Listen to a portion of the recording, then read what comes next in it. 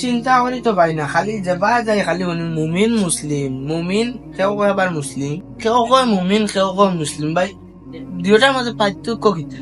মাশাআল্লাহ, বড় সুন্দর প্রশ্ন জিজ্ঞাসা করছো। তো ঠিক আছে, আমি একটা প্রশ্ন জিজ্ঞাসা করি। ইটা নাই, তুমি প্রত্যেকটা দিন তোমার প্রশ্ন নিয়ে আমি লাস্টে বাসি দেয়। আজ তুমি আমি যেখান খুশি ওখানে উত্তর দেবো।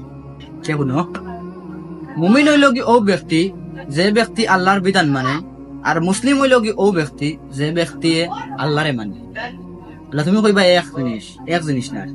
মুসলিম হইল কি অগু, যেমন ধরলাম আমরা আদম সুদুম ফাটিন, যারা আল্লাহরে ঠিকও মানি কিন্তু আল্লাহর বিধান মানি না, নমাজ রোজা করি না, পড়ি না, রোজা রাখি না, আল্লাহর বিধান মানে যা ধরনের বিধান আছে মানি না, ঠিক আছে, জুত করি আদায় করি না। আর মুমিন হইল গিয়া ও ব্যক্তি যে ব্যক্তি আল্লাহর সব ধরনের বিধান মানে, নমাজ পড়ে, রোজা রাখে, জাকাত তার সামর্থ্য অনুযায়ী আদায় করে, ভাই বোনের হক মারিয়া খায় না, চেরর জমিন মারিয়া খায় না, ওটা হইল গিয়া মুমিন।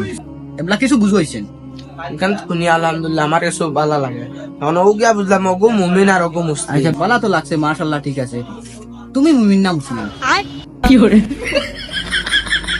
মুমিন।